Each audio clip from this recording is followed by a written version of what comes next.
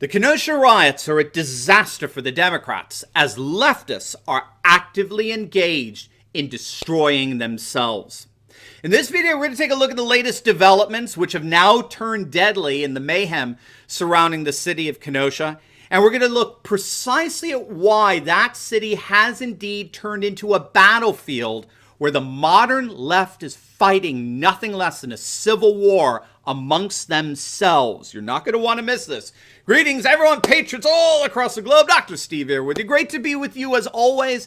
If you're new to our channel, we analyze current events, analyze some super awesome conservative trends so we can all live in the present in light of even better things to come. So if you haven't already done so, you know what to do. Make sure to smack that bell and subscribe button. It'd be an absolute privilege to have you as a regular part of this channel where each and every day we together celebrate the inevitable collapse of left-wing globalism and the unstoppable rise of a new conservative age. Now, before we jump into things here, let's give a huge shout out to the sponsor of this video, and that's collagen, available at my special website, healthwithsteveturley.com. Many health experts now agree that consuming collagen helps to renew and revitalize how you look and feel. It can revitalize your body. It makes your skin, bone, and even your hair look and feel more healthy and youthful. I use it every day. I put it in my coffee in the morning. I love it. It tastes great. And if you click on that link below today, you will get 51% off your order. So don't wait. Click on that link below today and get your own collagen supply.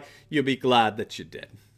All right, everyone, let's dive right in here. So there is so much to cover with these Kenosha riots. So what I want to do is I want to unpack what I think are some of the more significant developments here and basically unfold an argument for you. And that argument is that the Democratic left in our nation is in a civil war, which is the Democratic left is made up of two factions. One we might call the New Left. So this is the far-left neo-tribalist wing of the party made up of BLM, right, Black Lives Matter agitators, Antifa thugs, and the like. So that's one faction. The other wing is the old left. So that's quite literally the older white bourgeois establishment left, the neoliberal left, made up of the Joe Bidens, the Hillary Clintons, the Nancy Pelosi's, the Schumers, and the like. So it's the old establishment left versus the new neo-tribalist left. And what I want to argue for you is that these two wings or factions are in point of fact destroying each other.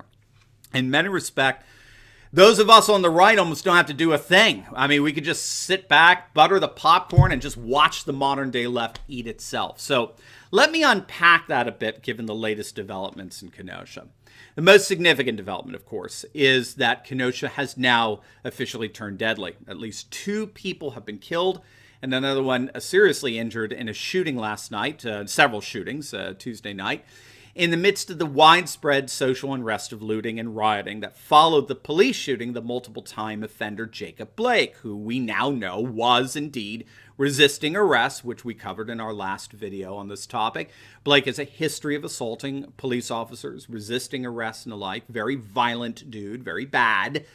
But that means nothing when urban populations have for decades just been saturated with this frenzy-whipping propaganda of cultural Marxism, which tells them that their underprivileged conditions in life are purposeful, that they are being purposely oppressed and suppressed by a domineering white supremacist and racist system. This is precisely how the feckless leftist governor of Wisconsin originally responded when he blamed supposed racism of law enforcement officers for the shootings that he later admitted he had actually no idea what happened surrounding. But who cares about facts when your mind has been infested with cultural Marxism? So the city of Kenosha has exploded. 2 people are dead as a result.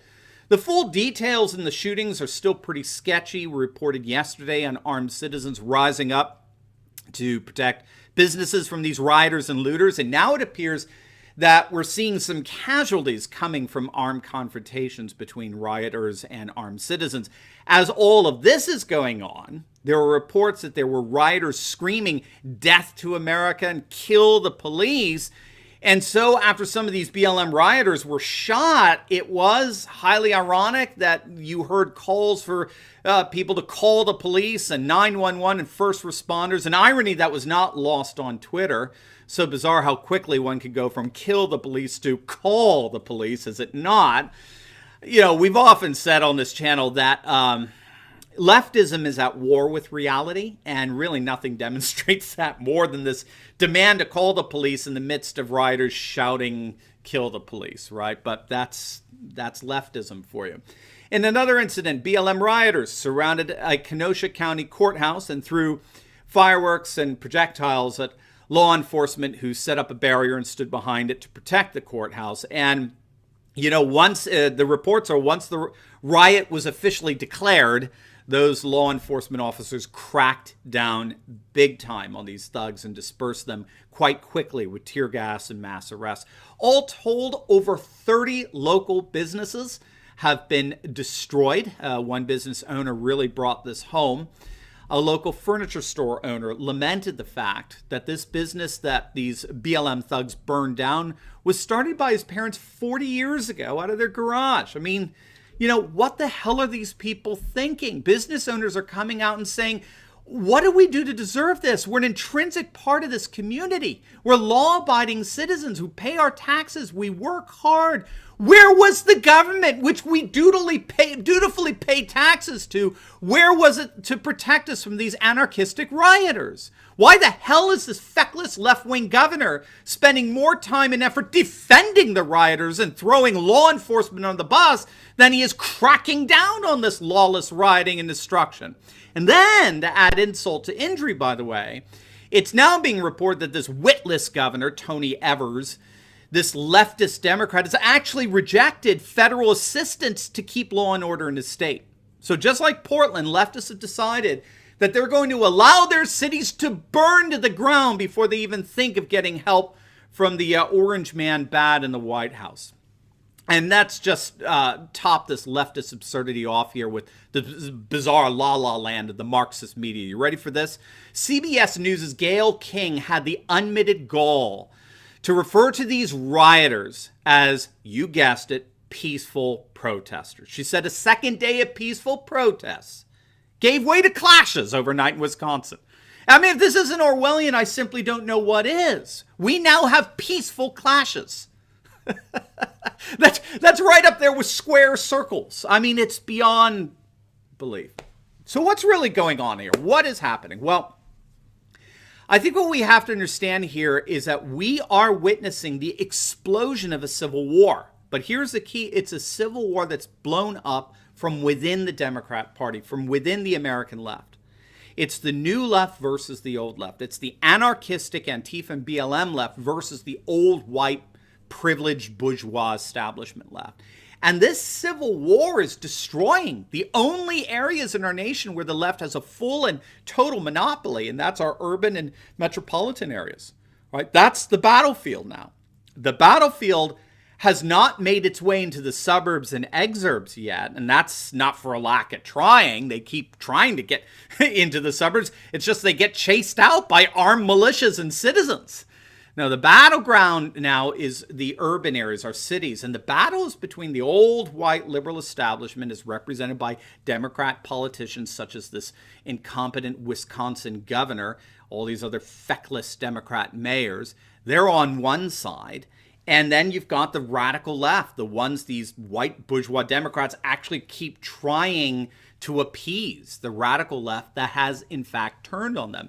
Don't forget, we have example after example, the new left turning on the old left, the establishment left. It all started with the Minneapolis soy boy mayor, Jacob Fry. Remember that? In his humiliation at the BLM rally where he was forced to take the walk of shame as demonstrators demanding he get the F out of there. We saw something very similar with Ted Wheeler, mayor of Portland, when an Antifa and BLM crowd he was actually marching with turned on him. They demanded him to resign. And so he made a complete 180, being the feckless politician that he is, and then he started blaming Antifa for trying to deliberately kill cops. Then you have Jenny Durkin, the ultra-left mayor of Seattle, the once brave defender of the Chaz Autonomous Zone. She's facing a major recall effort, and that's led by leftists upset that she allowed police to use tear gas to disperse demonstrators and rioters. We could go on and on and on. Think of just the feud between the New York Mayor Bill de Blasio and Governor Cuomo, who actually threatened to remove de Blasio from office. In every one of these cases, we are seeing left versus left. Democrat versus Democrat. The new Antifa BLM left versus the old establishment white bourgeois left. The AOCs versus the Nancy Pelosi's. The Rashida Tlaibs versus the Joe Bidens. Remember, it was reported after the Democrat convention, right? How convenient. But we found out only after that cringe-vention mercifully came to an end that over 1,000, you heard that right, over 1,000 Democrat delegates voted against their party's platform, which is unprecedented. And again, keep in mind, the Democrats refused to release the roll call last week during their cringe-vention. They just announced that the platform passed, nothing to see here. But now the tally has been released, and to the astonishment of many pundits, we're now finding out that over 1,000 of the 3,500 delegates had rejected the platform. Make no mistake, the Democrat Party is in a civil war. It's in a fight for its soul, what little it has. And our nation's cities have turned into its battlegrounds for the civil war. The left today is destroying itself. And not only is it destroying itself internally, but it's alienating itself more and more from average Americans. The more damage leftist radicals inflict on our cities, the more local businesses they destroy, the more they harass law-abiding citizens, demanding that they raise their odious Marxist symbol of a clenched fist, the more they are red-pilling people like never before. The Kenosha riots are a disaster for the Democrats. As it turns out, in the midst of all of the looting and riots and mayhem, the only thing they are ultimately destroying is themselves. Now, before you go, make sure to like this video, comment down below, and subscribe to my channel. And you will definitely want to check out my latest video. I just uploaded it on how President Trump has now taken a 10-point lead among independents over sleepy Joe Biden, as the ratings for the Republican National Convention are 6 times higher than the Democrat cringe-vention. You're not going to want to miss that. So make sure to click on the link, and I will see you over there. God bless.